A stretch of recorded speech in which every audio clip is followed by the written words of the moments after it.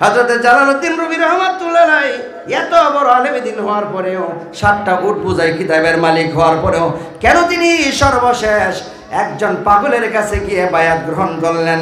কেন তিনি শামসুদ তিবরিজির কাছে গিয়ে বায়াত গ্রহণ করলেন? শামসুদ্দিন তিবরিজি কাছে যখন তখন তিনি বায়াত গ্রহণ করলেন। বায়াতের পর গোটা গায়ের মধ্যে মদ ঢালিয়া রাস্তায় ছেড়ে দিয়েছে। মানুষ যখন দেখে এত বড় আলেম গায়ের মধ্যে মদ ঢালিয়া ঘুরতেছে, কত অন্যায়, কত বড় খারাপ, মানুষ সি সি করে। আর এই কথাগুলি যখন কান দিয়া যায় তখন ভালো লাগে না খারাপ লাগে? খারাপ লাগে। তখন তার আমিত্ব যখন বিসর্জন হয়ে গেল, সব ধ্বংস হয়ে গেল, মাটির মতো মানুষ হয়ে গেল। এবার ওনাকে এমন জ্ঞান দান করলেন, এমন তরিকতের জ্ঞান দান করলেন।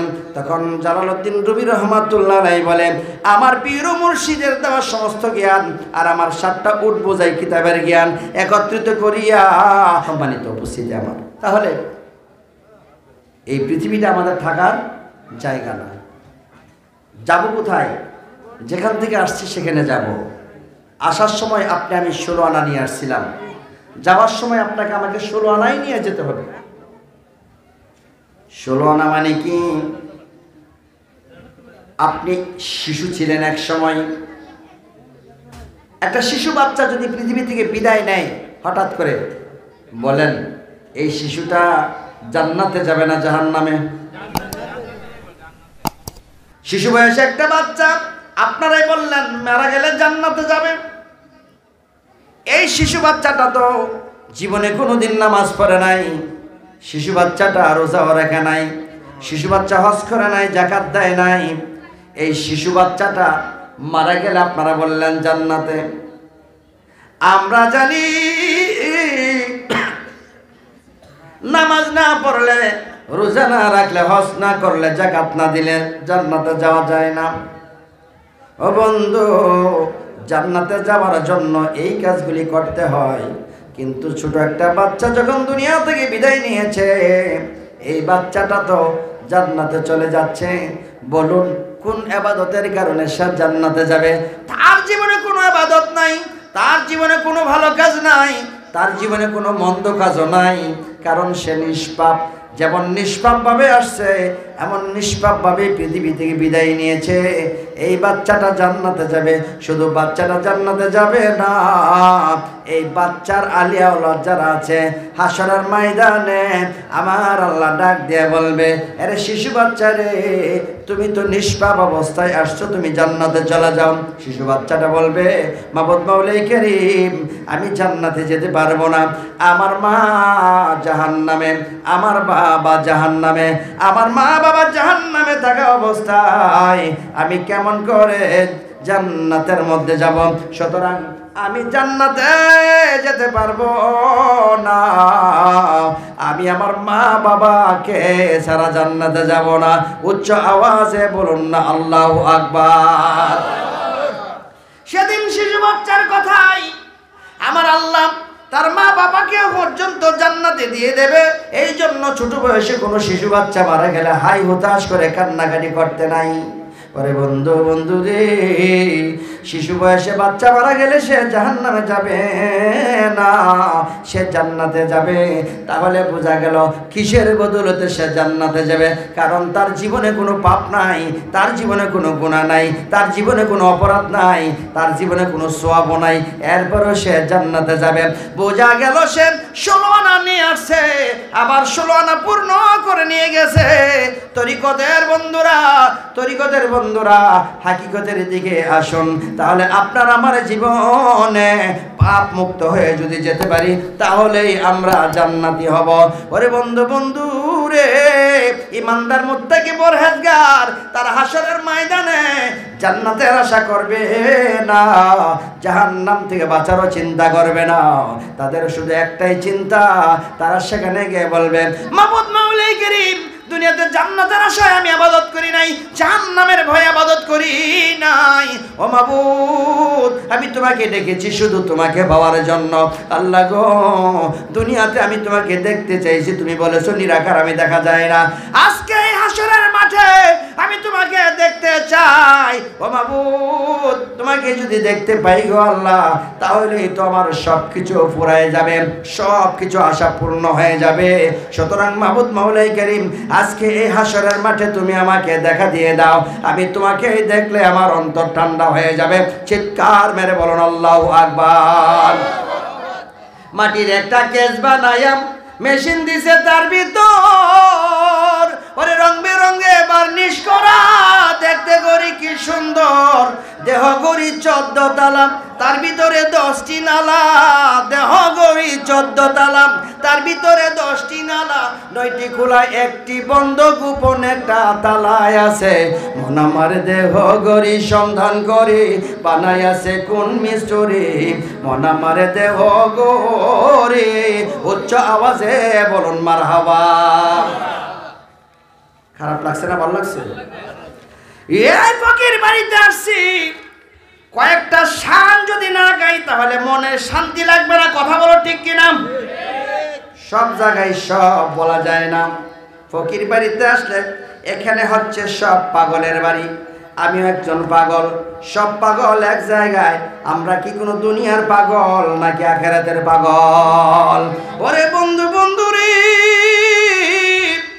বাবা আইতুল্লাহ শাহর পাগল, আরেকজন দেখাইছে আইতুল্লাহ শাহর পাগল। আমরা সবাই আইতুল্লাহ শাহর পাগল। আইতুল্লাহ শাহ কার পাগল? আল্লাহর পাগল। আমরা আইতুল্লাহ শাহর পাগল। আমার আল্লাহ আমাদেরকে মাধ্যম দিয়েছে, উসিলা তালাশ করতে বলেছে। বাবা আইতুল্লাহ শাহর তালাশে আমরা আমার আল্লাহ পর্যন্ত পৌঁছতে পারবো কি পারবো না? ওরে বন্ধু বন্ধুরে, আমরা আইতুল্লাহ শাহর নাম দিয়ে পার হইতে পারবো? নয়তো হযরতে ইমাম গাজ্জালী রাহমাতুল্লাহ আলাইহি এত বড় আলেম হওয়ার পরেও তিনি কেন একজন দুতলা ব্যক্তির কাছে, মূর্খ মানুষের কাছে জ্ঞান অর্জন করতে গেলেন? কিতাবের জ্ঞান নাই, কোরআনের জ্ঞান নাই, হাদিসের জ্ঞান নাই, তার কাছে মুরিদ হয়েছে। হযরত জালালউদ্দিন রুমি রাহমাতুল্লাহ আলাইহি এত বড় আলেম দিন হওয়ার পরেও, 7টা উট পূজায় কিতাবের মালিক হওয়ার পরেও কেন তিনি সর্বশেষ একজন পাগলের কাছে গিয়ে বায়াত গ্রহণ করলেন? কেন তিনি শামসুদ্দিন তিবরিজির কাছে গিয়ে বায়াত গ্রহণ করলেন? শামসুদ্দিন তিবরিজির তো কোনো কি ছিল না, জাহিরি কোনো জ্ঞান ছিল না, কোরআনের জ্ঞান ছিল না, হাদিসের জ্ঞান ছিল না। সেই ব্যক্তি ডাইরেক্ট একটা পাগল ব্যক্তি, পাগলের কাছে গিয়ে কেন তিনি বায়াত গ্রহণ করলেন? এই জন্য রে বন্ধু বলে, আমি তো কোরআন হাদিস পড়লাম আমার আল্লাহকে পাওয়ার জন্য, আমি কোরআন শরীফ পড়লাম আল্লাহকে পাওয়ার জন্য, আমি ইলমে দ্বীন শিক্ষা করলাম আল্লাহকে পাওয়ার জন্য, কিন্তু আমি যে আমার মাবুদের তালাশ খুঁজে পাচ্ছি না। আমি আমার মাবুদের সন্ধানে যদি পাগলের কাছে যাওয়া লাগে তাই যাব। পাগলের কাছে যাওয়ার পর পাগল ওনার সমস্ত কিতাবগুলি যখন পানিতে ফেলে দিল, কুয়ার ভিতরে ফেলে দিল, এবার জালালউদ্দিন রুমি তখন বলল, আমার সমস্ত কিতাবগুলি পানির মধ্যে ফেলে দিছে গো, আমার এই কিতাবগুলি বড় মূল্যবান, আমার কিতাবগুলি আপনি কেন ফেলে দিলেন? তখন তিনি ওইখান থেকে হাতটা বাড়াইতে দেরি হয়েছে, সমস্ত কিতাবগুলি আবার উপরে একটা পৃষ্ঠা ভিজে নাই, আবার আগের মতো হয়ে ওনার হাতে ফিরাই দিয়েছে। কে দিয়েছে? বোঝা গেল এই পাগলের সঙ্গে আমার আল্লাহর সম্পর্ক। সুবহানাল্লাহ। পাগলের সঙ্গে আমার আল্লাহর সম্পর্ক। ওই পাগলরা তখন সেই কিতাবগুলি যখন ফিরিয়ে দিল, এই কিতাব পাওয়ার পর এবার হযরত জালালউদ্দিন রুমি রাহমাতুল্লাহ আলাইহি বলল, ও শামসুদ্দিন তিবরিজি, কোন এলেমের বলে আপনি এই কাজটা করতে পারলেন? তোমার কি এই এলেমের শিক্ষার দরকার? বলে হ্যাঁ, আমার এই এলেমটা শিক্ষার দরকার। আমি জানতে চাই অধরাকে ধরতে চাই, আমি জানতে চাই যাকে দেখা চাই না, ছোঁয়া যায় না, তার পর্যন্ত পৌঁছতে চাই। বলে পৌঁছার জন্য কোরআন পড়ছো না? পড়ছি। পৌঁছার জন্য হাদিস পড়ছো না? পড়ছি। পড়ার জন্য তুমি মসজিদে যাও না? যাই। পড়ার জন্য তুমি হজ করতে যাও না? যাই। সব পড়লাম, কিন্তু আমি আমার মাওলার লীলা খেলা আমার মধ্যে প্রতিষ্ঠা করতে পারি নাই। কোন জ্ঞানের বলে আপনি কুয়ার ভিতরে ভিজে যাওয়া কাগজকে আবার শুকনা কইরা আমার কাছে পৌঁছাই দিলেন? আল্লাহু আকবার। কোন জ্ঞানের বলেন এই ভিজা কাগজ আবার আমার কাছে শুকনা করে পৌঁছাই দিলেন? আমি জানতে চাই, শিখতে চাই। বলে তোমার সমস্ত অহংকারকে তুমি বিসর্জন দাও, তোমার তোমার অহংকারকে ধ্বংস করে দাও। অহংকার কোত্থেকে আসে? অহংকার আসে খন্নাসের কাছ থেকে, অহংকার আসে ইবলিসের কাছ থেকে, অহংকার আসে মালাউনের কাছ থেকে, অহংকার আসে আজাজিলের কাছ থেকে, অহংকার আসে শয়তানের কাছ থেকে। শয়তানকে তোমার ঘর থেকে বের করে দাও। কোন ঘর থেকে বের করব? দেহের এক রাজ্য, দেহের ঘর থেকে শয়তানকে তুমি বের করে দাও। বের করে দেওয়ার পরে কে থাকবে? একজন থাকবে, সে কে? আল্লাহ। উদুনি আস্তাজিব লাকুম। আল্লাহ বলে তুমি আমাকে ডাকতে চাও রে বান্দা, একা ডাকো, একা ডাকো। তোমার ঘরের ভিতরে খন্নাস, ইবলিশ, মারদুদ, শয়তান সব ভরে রাখিয়া তুমি যদি আমাকে ডাকো, আমি তো তোমার ঘরে আইসা জায়গা পাই না, অন্ধকার দিকে অন্ধকার। আর যখন তুমি সবগুলিকে দূরীভূত করবা, তোমার মধ্যে কোনো অহংকার থাকবে না, তোমার মধ্যে কোনো হিংসা থাকবে না, তোমার মধ্যে কোনো বুগজ থাকবে না, তোমার মধ্যে কোনো অসভ্যমি শয়তানি থাকবে না। সবগুলি দূরীভূত করিয়া একমাত্র রাহে আল্লাহ, আল্লাহর হুকুমে তুমি চলো, আল্লাহর আইন মেনো, আল্লাহকে তোমার অন্তরের ভিতরে স্থান দাও। তাহলে দেখবারে বান্দা, তোমার ঘরের ভিতরে আমি বসবাস করব। আর তখনই তোমার হাত দ্বারা, পা দ্বারা, জবান দ্বারা আমি আল্লাহ প্রকাশ পাবো। চিৎকার মেরে বলুন আল্লাহু আকবার। বাজান, আমি আপনার কাছে আসছি, এখন এই জ্ঞান তোমার লাগবে। এই জ্ঞান যদি তোমার দরকার পড়ে, এই জ্ঞান যদি তোমার শিক্ষার প্রয়োজন পড়ে, তাহলে অবশ্যই তুমি আমার কাছে বায়াত গ্রহণ করো, মুর্শিদের সন্ধান করো, মুর্শিদ ধরো, সন্ধান করো। আসল হাকিকত রে মন কারে কই সালাত, ওরে মুর্শিদ ধরো, সন্ধান করো, আসল হাকিকত। উচ্চ আওয়াজে বলুন মারহাবা। মুর্শিদের সন্ধান জানার দরকার আছে না নাই? শামসুদ্দিন তিবরিজি কাছে যখন তখন তিনি বায়াত গ্রহণ করলেন। বায়াতের পর গোটা গায়ের মধ্যে মদ ঢালিয়া রাস্তায় ছেড়ে দিয়েছে। মানুষ যখন দেখে এত বড় আলেম গায়ের মধ্যে মদ ঢালিয়া ঘুরতেছে, কত অন্যায়, কত বড় খারাপ, মানুষ সি সি করে। আর এই কথাগুলি যখন কান দিয়া যায়, তখন ভালো লাগে না খারাপ লাগে? খারাপ লাগে। তখন তার আমিত্ব যখন বিসর্জন হয়ে গেল, সব ধ্বংস হয়ে গেল, মাটির মতো মানুষ হয়ে গেল। এবার ওনাকে এমন জ্ঞান দান করলেন, এমন তরিকতের জ্ঞান দান করলেন। তখন জালালউদ্দিন রুমি রহমাতুল্লাহ আলাইহি বলে, আমার পীর ও মুর্শিদের দেওয়া সমস্ত জ্ঞান আর আমার 7টা উট বোঝাই কিতাবের জ্ঞান একত্রিত করিয়া আমি জগতের মানুষের জন্য একটা কিতাব রচনা করলাম। এই কিতাব যদি কোনো মানুষ পড়ে, তাহলে সে অবশ্যই কামালিয়তের মধ্যে বসবে। কিতাবের নাম হলো মসনবী শরীফ। উচ্চ আওয়াজে বলুন মারহাবা। একটা কিতাব রচনা করেছে। ওলামায়ে কিরাম বলেছে, পৃথিবী থেকে যদি কোনো সময় কোরআন হাদিস বিলুপ্ত হয়ে যায়, মসনবী শরীফ একটাই যথেষ্ট ইসলামকে পুনরায় জীবন দান করতে। এত সুন্দর কিতাব রচনা করেছেন, যেই কিতাবের ভিতরে তরিকতের জ্ঞান ছিল। তরিকতের রাস্তা ছাড়া কেউ কোনোদিন আল্লাহ পর্যন্ত বুঝতে পারে না। শরীয়তের গণ্ডি পেরিয়ে শরীয়ত পরিপূর্ণ করার পর তরিকতের মধ্যে না আসলে খোদা তাআলার আসন কোথায় আছে সেইটা জানা সম্ভব না। ওরে তুমি কোথায় খুঁজবা তাকে? আরশে আজিমে খুঁজবা, তুমি আরশে আজিমের সপ্তম আকাশের উপরে খুঁজবা, তুমি মক্কাতে খুঁজবা, মদিনায় খুঁজবা। না না না, তিনি সেখানে আছে বলেছে ঠিকই, কিন্তু আসলে তো তিনি তোমার মধ্যেই রয়েছে। আপন করে খুঁজ করে দেখো, তাকে তুমি পাইবা। আপন করে তখনই খুঁজ করে পাইবা যখন তোমার আপন ঘরটা পরিষ্কার থাকবে। আপন ঘর পরিষ্কার না করিয়া খুঁজলে কোনো কাজে আসবে না। কথা বলো ঠিক কিনা? মসজিদে যখন নামাজ আদায় করি, আমার আল্লাহর জন্যই তো আমরা সেজদা দেই। মসজিদে যখন নামাজ আদায় করি, নামাজের মধ্যে সূরা কেরাত, রুকু সবগুলি পড়ি, আমার আল্লাহর উদ্দেশ্যেই পড়ি।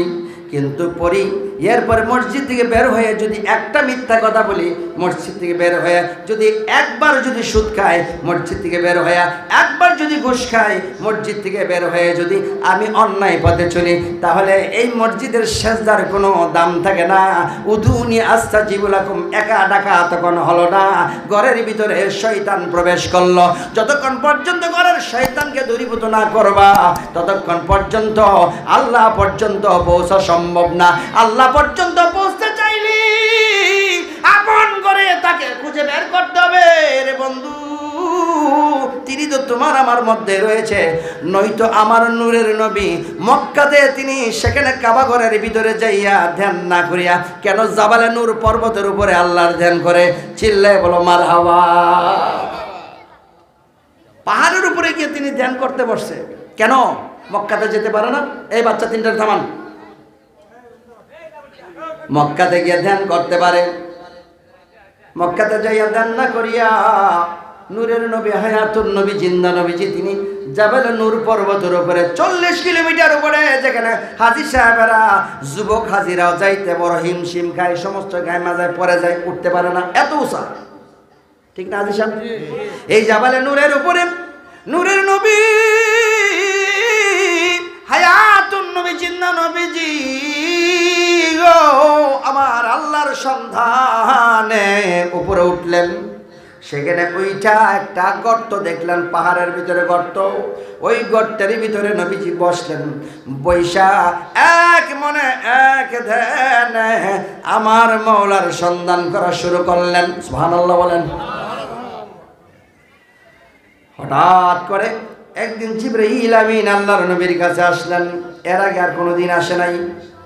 আসার পর জিবরাইল আলাইহিস সালাম আয়েশা বললেন ইকরা, পড়ুন। নবী বললেন মা নাবি করে, আমি পাঠক নয়, পড়তে আসি নাই, আমি পড়তে আসি নাই। বলে কেন আসছো? তাহলে ভাব অর্থটা এটাই, আমি আসছি আমার মওলার সন্ধানে আসছি, পড়াপড়ি নিয়ে আসি নাই। জিবরাইল বললেন এই পড়ার মাধ্যমেই তো জানতে পারবে, এটাই আসল কথা, কারণ আমার আল্লাহর প্রথম রূপ হলো পড়া, পড়লেই জানতে পারবে তিনি কোথায় আছেন। এই জন্য আমার আল্লাহর একটা রূপ হলো, আল্লাহ পাকের একটা শান হলো, আল্লাহ পাকের একটা সিফাত হলো পড়া, মানে জ্ঞান অর্জন করা। চিল্লে বলেন মারহাবা। এই জ্ঞান অর্জন আমার নূরের নবীকে তখন বললেন ইকরা বিসমি রাব্বিকাল্লাযী খালাক, পড়ুন আপনার প্রভুর নামে, যেই প্রভু আপনাকে সৃষ্টি করেছেন। নূরের নবী বলে এটাই তো জানার জন্য আমি এখানে আসলাম, আমার প্রভুর সন্ধানে। যখন প্রভুর নাম বলল গো, নূরের নবীজি একসঙ্গে 5 আয়াত পরে শোনাই দিলেন, বুঝাই দিলেন রে জিবরাইল, আমি মক্কাতে যাই না আমার আল্লাহর সন্ধানে, আমি আমার ঘরে বসি নাই আল্লাহর সন্ধানে, আমি আমার আরশে আজিমের দিকে তাকাইছিলাম, এই পাহাড়ের উপরে বসিয়া। আল্লাহ বলে আমার রূপ হচ্ছে একটা পড়া, পড়বেই তো জানতে পারবা। এখান দিয়ে কোরআন নাজিল হওয়া শুরু হয়ে গেল। এবার জিবরাইল আলাইহিস সালাম নূরের নবীকে বুকের সঙ্গে লাগাই একটা চাপ মারছে গো। চাপের কি দরকার আছে? আল্লাহ হুকুম করেছেন চাপ দেওয়ার জন্য। চাপটা দেওয়ার সঙ্গে সঙ্গে 30 পারা কোরআন আমার নবীর সিনার ভিতরে চলে যায়। এই 30 পারা কোরআন তখন সিনার মধ্যে যখন চাপের মধ্যে গেল, তাহলে বোঝা গেল আল্লাহ বলে মায়ান্তিকু আনিল হাওয়া ইন হুয়া ইল্লা ওয়াহিয়ুন ইউহা। আমার নবী একটা কথাও নিজের থেকে বানায় বলে নাই, যা কিছু বলেছে সব আল্লাহর কথা বলেছে। এই জন্য কোরআনও আল্লাহর কালাম এবং এই জন্য হাদিসও আল্লাহর কালাম। একটা হলো ওহিয়ে মাতলু, আর একটা হলো গায়রে মাতলু। কোরআন হলো ওহিয়ে মাতলু আর হাদিস হলো ওহিয়ে গায়রে মাতলু। এই দুটোটাই সমন্বয় হলো ইসলাম ধর্ম। আর এটার সূত্রপাত হয়েছে হেরা গুহার মাধ্যমে, চাপ দেওয়ার মাধ্যমে। এই চাপটাই হলো সিনা থেকে সিনার বিদ্যা। ওরে বন্ধুরে, আজকে জাগতিকভাবে কোরআন শিক্ষা করে আমরা মুসলমান, হাদিস শিক্ষা করে মুসলমান, এরপরে দলের কোনো শেষ নাই। কেউ ওয়াহাবি, কেউ সুন্নি, কেউ তাবলীগ, কেউ জামাত, এত দল ডিভাইডেড হয়ে গেছে। আমার আল্লাহ একটা বিধান দিয়েছে, একটা দিন দিয়েছে, ইন্নাদ দীনা ইনদাল্লাহ ইসলাম, একমাত্র মনোনীত ধর্ম ইসলাম। ইসলাম শব্দের অর্থ হলো শান্তি। এই শান্তি শব্দটা বাংলায় আসো, শান্তি যেখানে আছে সেটাই ইসলাম, যেখানে অশান্তি সেটা কোনোদিন ইসলাম হতে পারে না। তাহলে এই ইসলাম নামক ধর্ম নাম হলো ইসলাম। ইসলামের উৎপত্তি হয়েছে হেরা গুহার মধ্যে, সেটা হলো সিনার বিদ্যার মাধ্যমে। এই সিনার বিদ্যার ফসল আজকে কোরআন হাদিস। এই কোরআন হাদিস পড়ি আমরা মুসলমান, কিন্তু শুরুটা হলো সিনার বিদ্যা। যেই বিদ্যা দেখা যায় না, যেই বিদ্যা ছোঁয়া যায় না, যেই বিদ্যা কলম দেওয়া হয় না, যেই বিদ্যা খাতায় লেখা হয় না, যেই বিদ্যা সিনা থেকে সিনার মধ্যে দেওয়া হয়, জেহেন শক্তির মধ্যে থেকে যায়, এই হলো সিনার বিদ্যা। এই জন্য বন্ধু আমার আল্লাহ পর্যন্ত যদি বসতে চাও, তাহলে একমাত্র সিনার বিদ্যার দরকার। এই সিনার বিদ্যা যাদের মধ্যে রয়েছে, তাদের মধ্যে একজন খাজা আইতুল্লাহ শাহ রহমাতুল্লাহ আলাইহি। চিৎকার মেরে বলুন আল্লাহু আকবার। আরে দেনেতে দিদার মিলে আরেকজন পায় আছে মালিক। দেনেতে দিদার মিলে, দেনেতে দিদার মিলে কি মিলে না? কলবে আল্লাহর হুকুম হলে লোহে মাহফুজ খবর পাই। ওরে সিংহারে জিবরাইল বসে অমনি বানে মুখে লয়। জিবরাইল শূন্যতে উড়ে চলে যায় রসুলের দ্বারে। আমার দয়ার নবী খবর পায়া বিলাই রহমতের বাণী। দেনেতে দিদার করে আরেকজন পায়াছে মানিক। দেনেতে দিদার করে জুড়ে জুড়ে বলো মারহাবা। লা ইলাহা ইল্লাল্লাহ, লা ইলাহা ইল্লাল্লাহ, লা ইলাহা ইল্লাল্লাহ, লা ইলাহা ইল্লাল্লাহ, বলো লা ইলাহা ইল্লাল্লাহ, লা ইলাহা লা ইলাহা জোরে ও লা ইলাহা ইল্লাল্লাহ, লা ইলাহা ইল্লাল্লাহ, লা ইলাহা ইল্লাল্লাহ, লা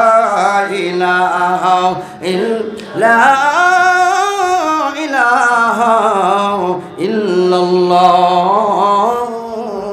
মুহাম্মাদুর রাসূলুল্লাহ সাল্লাল্লাহু আলাইহি ওয়াসাল্লাম। তাহলে কোরআন উৎপত্তি হয়েছে সিনার বিদ্যা থেকে। এই পৃথিবীতে কোরআনের উৎপত্তি হয়েছে সিনার বিদ্যার মাধ্যমে। এই সিনার বিদ্যা এখনো রয়েছে, তবে কোনো মাদ্রাসাতে এখনো নাই, এখনো সেটা মসজিদে নাই। মসজিদ মাদ্রাসা এটা হলো সাধারণ শরীয়ত, এটা মেনে চলতে হবে জগৎ ঠিক থাকার জন্য। এই বিদ্যা রয়েছে একমাত্র তরিকতের প্রেমিকের কাছে, তরিকতের ওলিদের কাছে। পার্ট বাই পার্ট, স্তর বাই স্তর সিঁড়ি দিয়ে যেমন উপরে উঠবা, এমন ভাবে প্রত্যেকটা সিঁড়ি, একটা সিঁড়ি বাদ দিয়ে যেমন আরেকটা সিঁড়িতে ওঠা যায় না, এমন ভাবে আল্লাহর ওলিগণ সিঁড়ি বাই সিঁড়ি শুরু হয়েছে বাবা হযরতে আব্দুল কাদের জিলানী বাগদাদি থেকে, খাজা গরিব নওয়াজ মঈনুদ্দিন চিশতি থেকে, বাহাউদ্দিন নকশবন্দি থেকে, এখান থেকে সিঁড়ি বাই সিঁড়ি চলে আসছে তোমার আমার কাছে। এমন ভাবে একটা সিঁড়ি বাবা খায়তুল্লাহ শাহ রাহমাতুল্লাহ আলাইহি, এই সিঁড়িটা যেই ব্যক্তি ধরে রাখবে এই ব্যক্তিটার ঘর পর্যন্ত আমার আল্লাহর নূর বিরাজ করে। কথা বলো ঠিক কিনা? এই জন্য ওলি আল্লাহদের প্রেম করতে হয়, কারণ ওলি আল্লাহরা তারা জেনেছে বুঝেছে তাদের আপন ঘরের ভিতরে কে বসবাস করে, খুঁজে পেয়েছে নিজেই মুর্শিদ নিজেই মুরিদ। জোরে বলুন সুবহানাল্লাহ। আমি তোমায় খুঁজব না গো বন জঙ্গলে যাইয়া। কাকে কাকে কাকে? জঙ্গলে পাওয়া যাবে, বনে পাওয়া যাবে না।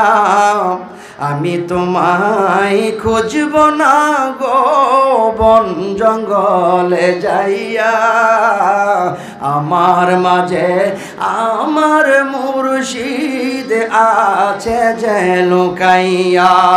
নিজে যদি নাহি জানো কালো দলার বেদ, দুধের মতো মন যে তোমার না হইল সাফেদ, কি হবে আর আধার গরে ববের বাতি ববের তরি বাইয়া। আমার মাঝে আমার দয়াল আছে যে লুকাইয়া।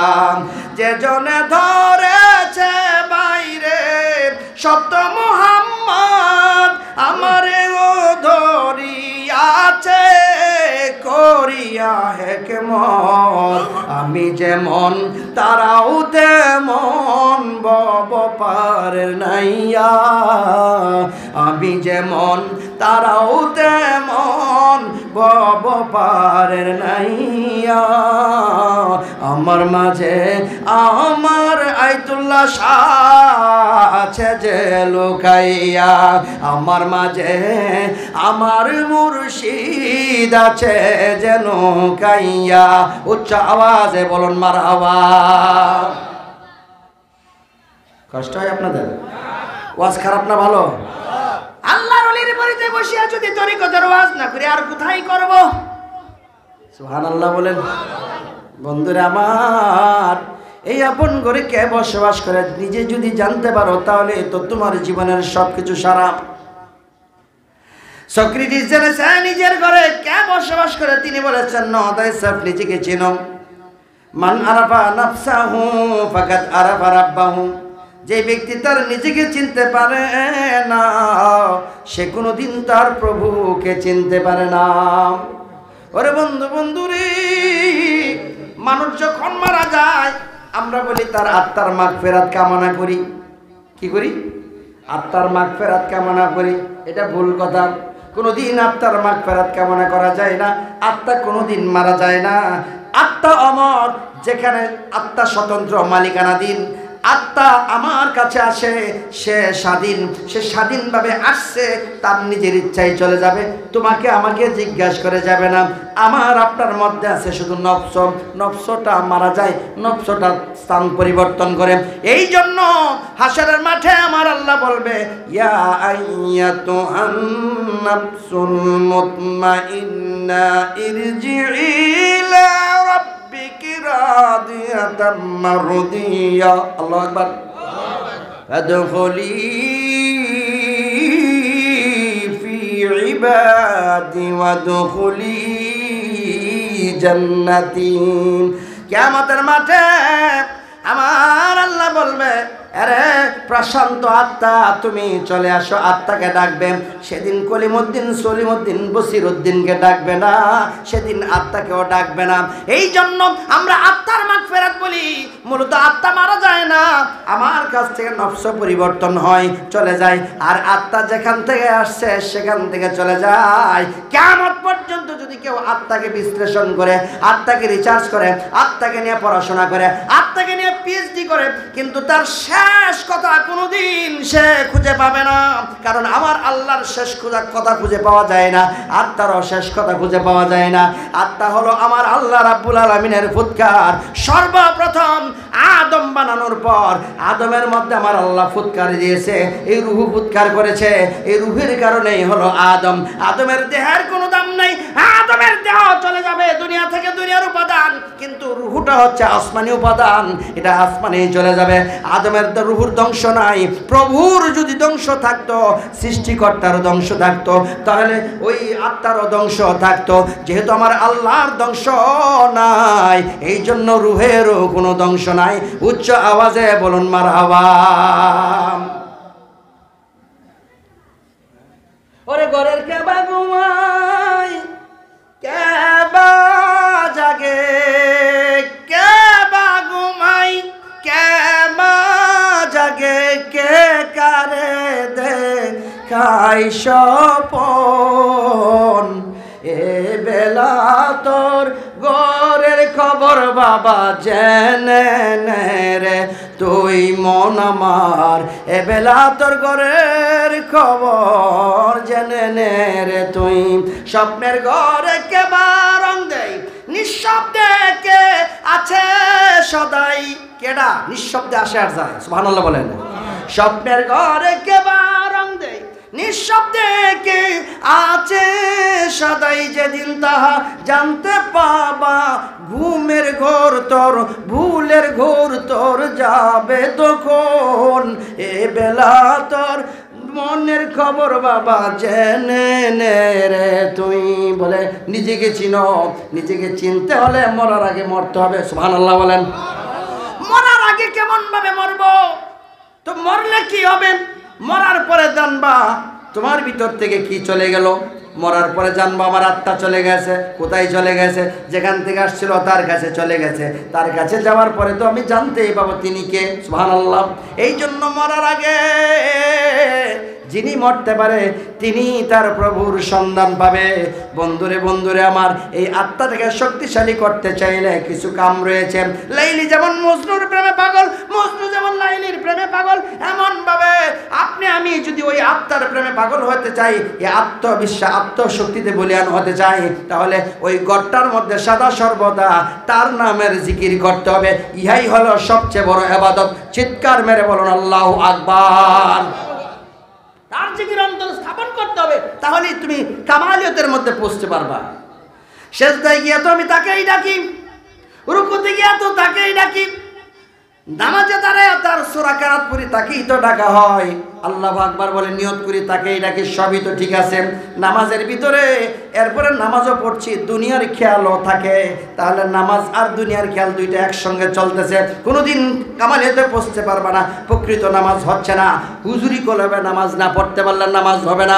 এই নামাজ হাকিকতে হলো, এই নামাজ প্রকাশ্য হলো, আসল নামাজ হচ্ছে না। নামাজ হচ্ছে সেই নামাজ, যতক্ষণ নামাজ আদায় করবা ততক্ষণ মাওলার দেন থাকতে হবে। নামাজে দাঁড়াইলা আল্লাহু আকবার, এবার বাইগুন খেতে মন চলে গেছে, নামাজে দাঁড়াইলা আল্লাহু আকবার, দোকানে মন চলে গেছে, নামাজে দাঁড়াইছো প্রেমিকার কাছে মন চলে গেছে, দুনিয়াদার হয়ে গেলে তাহলে এটা আসল নামাজ না। দুনিয়ার মানুষ দেখতে পাই না বিদায়, কিন্তু দুনিয়ার মানুষ যদি জানতো তোমার নামাজের সাথে সাথে কি করতেছে, তাহলে এই নামাজ আমার আল্লাহর ফেরেশতাও কবুল করতো না। ওরে বন্ধুরে, আল্লাহ শুধু তোমাকে ভালোবাসে বিদায় তোমার আমার অবস্থানটা মানুষের কাছে প্রকাশ করে না। তাহলে আসল কথা হলো তারকে উদ্দেশ্য করে নামাজ, কিন্তু তাকে উদ্দেশ্য করে মসজিদে দাঁড়াইলাম, কিন্তু নামাজের ভিতরে অন্যদিকে খেয়াল চলে গেল, এটা প্রকৃত নামাজ হতে পারে।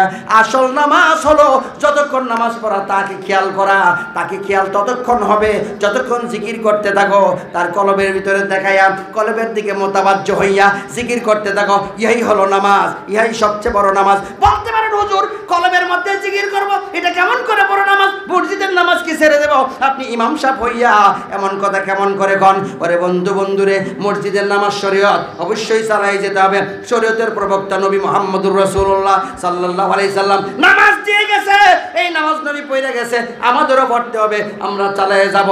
কিন্তু এরপরে আরো বড় নামাজ আছে গো, যদি নাই থাকে আমার নবী কেন 6 ওয়াক্ত নামাজ পড়ে, কেন তিনি তাহাজ্জুদের নামাজ পড়ে? বোঝা গেল তাহাজ্জুদ হলো প্রেমের সময়, প্রেম হলো আসল, এটাই হলো আসল নামাজ। এই প্রেমের নামাজ যদি যখন তুমি পড়বা কলবের দিকে মোতাবাজ্জ হইয়া আল্লাহর নামের জিকির করবা, উচ্চ আওয়াজে বলুন আল্লাহু আকবার।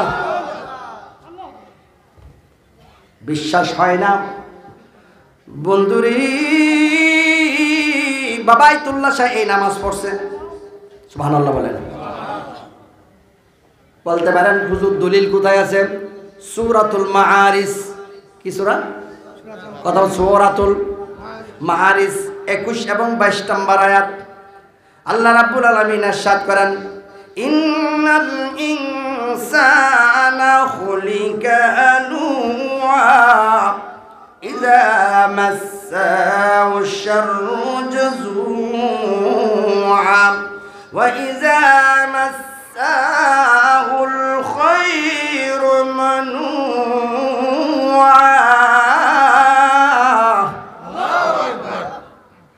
ইল্লাল মুসাল্লিন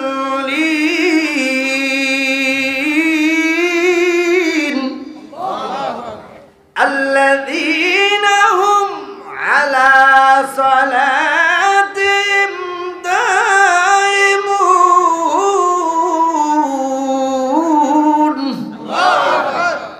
সূরাতুল মারিস 21 এবং 22 নম্বর আয়াত। আল্লাহ বলে ইন্নাল ইনসানা খুলিকা হালুয়া, আমি প্রত্যেকটা মানুষকে দুর্বল আকৃতিতে সৃষ্টি করেছি। মানুষ দুর্বল, মানুষ এত সবল নয়।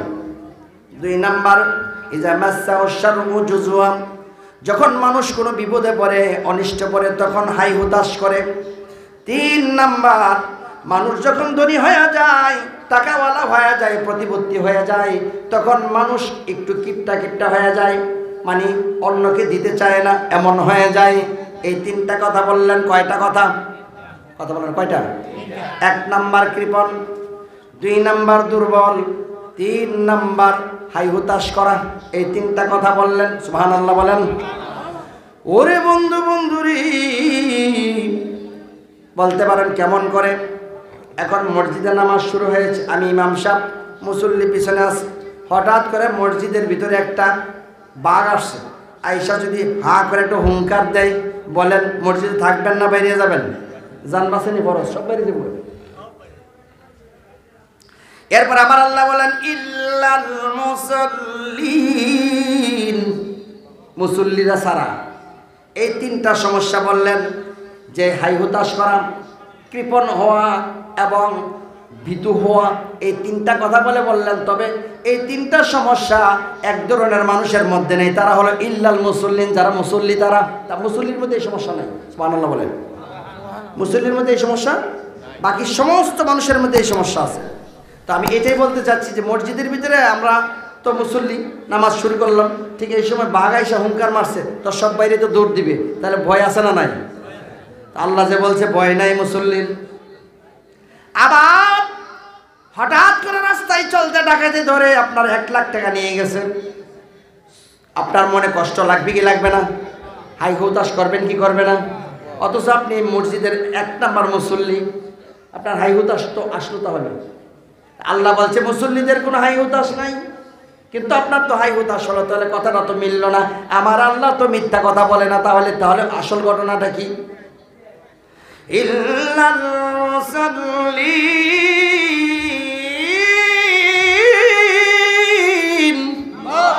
মুসল্লিদের কোনো ভয় নাই। কিন্তু আমি দেখলাম হিসাব করে মসজিদে যারা নামাজ আদায় করে তারা তো ভয় পায়, তারা তো ভীতু, তারাও এরকম কৃপণ। আল্লাহ তো মিথ্যা কথাও বলে না, তাহলে কোনটা কিভাবে হলো? ওরে বন্ধুরি, বুজুর্গানে দিন বলেছেন তাহলে নামাজের অন্য একটা রূপ আছে। কি রূপ আছে? আল্লাহ পাক এই আয়াতের শেষের দিকে বললেন, আল্লাযীনা হুম আলা সালাতিহিম দাইমুন।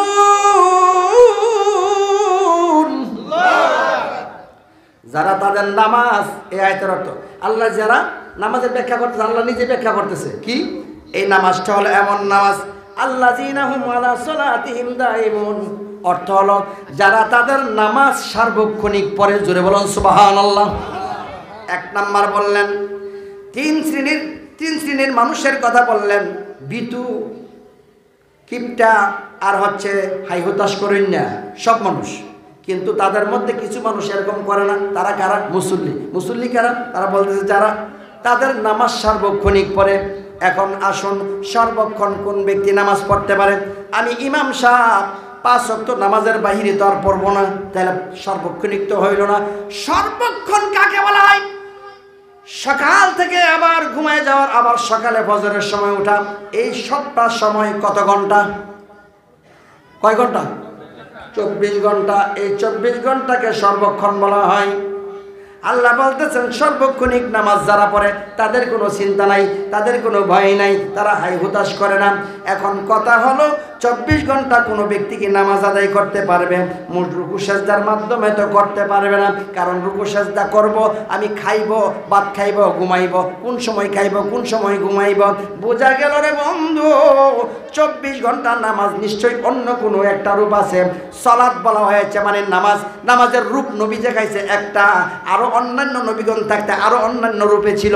এই জন্য সালাত বলতেই শুধু রুকু সেজদাকে সালাত বলে না, সালাত বলতে দুরুদ হতে পারে। সালাত যেমন আমরা নবীজিকে সালাম দিই, সালাত ও সালাম জানাই, দুরুদ ও সালাম জানাই কয়ন নবী মুস্তাফা, তোমরা যদি যাও গো মদিনা, এখানে সালাত বললাম, এই জন্য কি সালাত নামাজ হয়ে গেছে? নামাজ তো হয় নাই। নবীর উপর সালাত বললে যেমন রুকু সেজদাওয়ালা নামাজ হয় না, আবার আল্লাহর উদ্দেশ্যে নামাজ পড়লে রুকু সেজদাওয়ালা নামাজ হয়। তাহলে সালাতের বিভিন্ন অর্থ রয়েছে। আসল অর্থ হলো তার কাছে পূর্ণ কমপ্লিট সারেন্ডার করা, তার কথা সব সময় স্মরণ করা। এই স্মরণে একমাত্র মাধ্যম হলো জিকির। আল্লাহর ওলিরা বলে জিকির 24 ঘন্টা চালানো সম্ভব। যার কলবের মধ্যে 24 ঘন্টা জিকির চালাইছে সেই ব্যক্তি 24 ঘন্টার নামাজি হলো। ওই ব্যক্তির কোনো ভয় নাই, ওই ব্যক্তির কোনো চিন্তা নাই, ওই ব্যক্তির কোনো সমস্যা নাই। এই জন্য 24 ঘন্টার নামাজ হচ্ছে ওলি আল্লাহ গাউস কুতুব পীর মাশায়েখের কাছে তারাই হচ্ছে শ্রেষ্ঠ, তারাই শ্রেষ্ঠ। কারণ 5 ওয়াক্ত নামাজের বাহিরেও তারা সার্বক্ষণিক জিকিরের মধ্যে কাটায়। উচ্চ আওয়াজে বলুন আল্লাহু আকবার। 5 ওয়াক্ত নামাজের বাহিরেও তারা 24 ঘন্টা নামাজ চলতেছে, জিকির। প্রশ্ন আসতে পারে 5 ওয়াক্ত নামাজের বাহিরে তারা সার্বক্ষণিক আল্লাহর জিকির করলো, তো ঘুমায় যাওয়ার সময় তো জিকির করতে পারলো না, এই সময়টা তো 8-9 ঘন্টা বাদ গেল না। এই 8-9 ঘন্টা সে জিকির করতে করতে ঘুমাই গেলে তার কলবটা জীবিত থাকবে তৎক্ষণ পর্যন্ত। যতক্ষণ ঘুমাবে ততক্ষণ জিকির করলো। তাহলে আগে হইলো 8 দুগুণ 16 ঘন্টা, আর পরে হলো 8 ঘন্টা, 24 ঘন্টা। 24 ঘন্টায় আল্লাহ পাক জিকিরের হালতে লিখে দেবে, ঘুমের ঘরে সব কিছু জানতে পারবে। সুবহানাল্লাহ বলেন। কি দিয়া মিলাই আছে এই দেহ গর আমার দয়াল রে, কি দিয়া মিলাই আছে এই দেহ গর, কয় পুয়ায় এই মাটির তরি, রংমহল আর কুটকাসারি। রংমহল কোনটা? সুবহানাল্লাহ বলেন। আর কুটকাসারি আছে না নাই? নিজের ভিতরে তো আদালত আছে, ভালো মন্দ যাচাই তো নিজের ভিতরে আগে। আরে দুনিয়ার আদালত তো পরে। মাথা ঠিক থাকলে না দুনিয়ার আদালত ঠিক থাকতো। মাথা যদি পাগলা হয় কোর্টের মধ্যে কেউ হাকিম হতে পারবে? কয় পুয়ায় এই মাটির তরি, রংমহল আরে কুটকাসারি। আরে কোথায় কোথায় কোথায় তার হেডমাস্টারি, সন্ধানে যাও না, সন্ধানে জানাও খবর, কি দিয়া মিলাই আস এই দেহ গর আমার দয়াল রে। কে দয়াল? কে? কি দিয়া মিলাই আস এই দেহ গর, চিল্লায় বলুন মারহাবা। একটা নাট নাই বল্টু নাই, এমন ভাবে তিনি দেহটা তৈরি করেছেন। নাট বল্টু ছাড়া এমন ভাবে তৈরি করেছে, গোটা পৃথিবীটা যেমন কোনো খুঁটি ছাড়া তৈরি করেছে, আপনার আমার দেহটার মধ্যে কোনো নাট বল্টু ছাড়া তৈরি করেছে। আবার এই গোটা পৃথিবীটার মধ্যে 7 আসমান আছে না নাই? এই পৃথিবীটার মধ্যে 7 জমিন আছে না নাই? আবার এই পৃথিবীটা নাট বল্টু ছাড়া, খুঁটি ছাড়া বানাইছে। এই পৃথিবীর ভিতরে জান্নাত আছে, জাহান্নাম আছে। এই পৃথিবীর ভিতরে সূর্য আছে, চন্দ্র আছে। এই পৃথিবীর ভিতরে নদী নালা এবং পাহাড় পর্বত রয়েছে। এমনভাবে মানুষের দেহটার ভিতরেও খুঁজলে এরকম পাওয়া যায়। ওরে বন্ধু, বন্ধুরে হিসাব করে দেখুন, আপনার গলা থেকে পা পর্যন্ত 7 জমিনের সাথে মিল আছে। গলা থেকে মাথা পর্যন্ত 7 জমিনের সাথে মিল রয়েছে। জুড়ে জুড়ে বলুন সুবহানাল্লাহ। কথা কি খারাপ লাগে? গলা থেকে পা পর্যন্ত 7 জমিনের সাথে মিল রয়েছে। লোম হলো 1 স্তবক, চামড়া হলো 2য় স্তবক, গোশত হলো 3য় স্তবক, রগ রেশা গাঁথুনি 4র্থ স্তবক, গোশত হলো 5ম স্তবক, হাড্ডি হলো 6ষ্ঠ স্তবক, আর হাড্ডির ভিতরে মজ্জা হলো 7ম স্তবক। হয়েছে না? তাহলে গলা থেকে পা পর্যন্ত 7 জমিনের রূপ। 7 আসমানের উপরটা কেমন? 7 আসমানের উপরে আমার আল্লাহর আরশ, পানির উপরে। সুবহানাল্লাহ বলেন। নূরের নূর, দেখা যায় না, ছোঁয়া যায় না, কিন্তু সমস্ত কিছু সেই জায়গার থেকে হুকুম আসে, সমস্ত কর্মসূচি সেই জায়গার থেকে সফটওয়্যারের মতো। এমনভাবে গলা থেকে মাথা পর্যন্ত যদি ঠিক না থাকে, এই দেহের একটা অঙ্গ প্রত্যঙ্গ কোনো কাজ করতে পারবে না। তাহলে গলা থেকে মাথা পর্যন্ত হলো 7 আসমানের রূপ। এই 7 আসমান, প্রথম, দ্বিতীয়, তৃতীয়, চতুর্থ, 7ম আকাশ পর্যন্ত মাথার ভিতরে আছে। চিল্লায় বলো মারহাবা। এই পৃথিবীতে, তাহলে গোটা পৃথিবীটা যেমন চন্দ্র সূর্য আছে, দেহের ভিতরে চন্দ্র এবং সূর্য আছে। ওরে বন্ধু, বন্ধুরে, বন্ধুরে আমার একটা গভীর কথা বলি। চন্দ্র এবং সূর্য, চন্দ্রটা 15 দিন একরকম থেকে, আর 15 দিন আরেক রকম। প্রথম থেকে ছোট, ধীরে ধীরে এটা অনেক আলো হয়। 15 তারিখের পরে আবার আস্তে আস্তে অন্ধকার, একবারে 30 তারিখ একেবারে অন্ধকার হয় কি হয় না? মানব দেহের ভিতরে এরকম অনেক পরিবর্তন আছে, আছে না নাই? মানব দেহের ভিতরে নারীদের মধ্যে দেখতে পাবেন, তাদের মধ্যে এক সময় থাকবে একরকম, আরেক সময় তাদের দেহটা আরেক রকম থাকে। এক সময় তারা নামাজ পড়তে পারে, আরেক সময় পড়তে পারে না। সবগুলো আমি খুলে বলছি না, তাহলে বোঝা গেল মানুষের দেহটার মধ্যে জোয়ার বাটা আছে। পৃথিবীর মধ্যে সাগর, উপসাগরের মধ্যে জোয়ার বাটা আছে। এই জন্য গোটা পৃথিবীটার যা রূপ, এই মানব দেহটা হলো সেই রূপ। আর গোটা পৃথিবীর মধ্যে যেমন আল্লাহর আরশ আছে, আসন রয়েছে, এমনভাবে গোটা দেহটার মধ্যে আল্লাহর আসন রয়েছে। এবার বুঝো আসল হাকিকত। চিৎকার মেরে বলুন আল্লাহু আকবার। এর চেয়ে বেশি কথা বলতে পারি না। এই দেহের ভিতরে মক্কা রয়েছে, মদিনা আছে, এই দেহের ভিতরে মসজিদ আছে। এখানেই কথা শেষ করব। এই দেহের ভিতরে কি আছে? মসজিদ। মসজিদের ভিতরে যেখানে নামাজ আদায় করি। আসসালামু আলাইকুম, কেমন আছেন? আলহামদুলিল্লাহ। ওনার ভাই আমার বন্ধু হচ্ছে শেখ সাদি সাদিকপুরি, তাই না? সাদিকপুরি সাহেবের ভাই না, ছোট ভাই, ওই যে পাম্পে দেখা হয় প্রায় সময়। যাই হোক, আমি এই মসজিদের ইমাম সাহেব, মানে আমি এই বাড়ির ফকির বাড়ির মানুষ আমি। যাক, আপনি আমাদের বাড়িতে আসছেন, সবাই বলেন মারহাবা। আরে বন্ধু বন্ধুরি, মসজিদে যে নামাজ আদায় করি, যেই জায়গায় সেজদাটা দেয়, মূলত ওই জায়গাটার নাম হলো মসজিদ। মসজিদ এটা আরবি শব্দ, মানে সেজদা জায়গা, সেজদা দেওয়ার, সেজদা দেওয়ার জায়গা। জোরে বলো মারহাবা। সেজদা দেওয়ার জায়গা মূলত মসজিদের নাম। আমরা কিন্তু মসজিদ না, আমরা মসজিদ কিন্তু আমরা বলি, কিন্তু আসলে এটা মসজিদ না, নাম হলো আল্লাহর ঘর। কার ঘর? আরবিতে বললে বাইতুল্লাহ। মসজিদ হলো বাইতুল্লাহ। মসজিদে যেই জায়গায় সেজদা দেয় ওই জায়গাটা হলো মসজিদ। আর সেজদাটা পরে কয় আঙ্গুল? 3 আঙ্গুল বা 4 আঙ্গুল। এই জায়গাটা হলো মসজিদ। যেখানে দাঁড়াইছেন সেটা মসজিদ না, সেজদার জায়গাটা হলো মসজিদ। আর আপনি যখন সেজদা দিলেন গো, কোন জায়গা দিলেন? কপাল দিয়া। কোন দিয়ে? কপাল দিয়া। গোটা পৃথিবীর ভিতরে যেমন মসজিদ রয়েছে, গোটা দেহের ভিতরে মসজিদ রয়েছে, বন্ধুরে আমার, গোটা দেহের মসজিদ হলো আপনার কপাল। জুড়ে বলুন মারহাবা।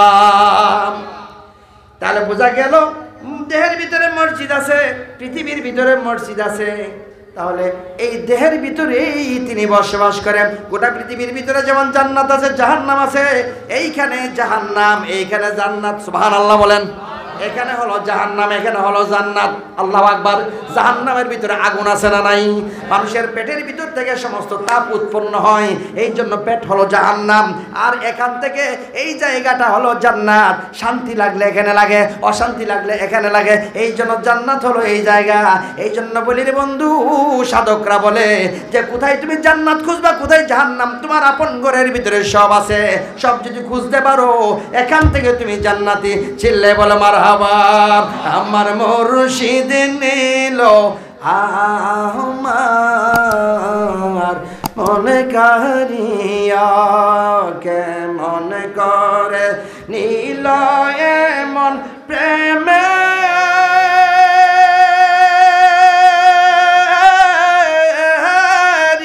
রাখে দিয়া গো। আমার মুর্শিদ নিল আমার মনে কারিয়া। চিল্লা করে মারহাবা। আল্লাহ পাক বুঝার তৌফিক দান করুক।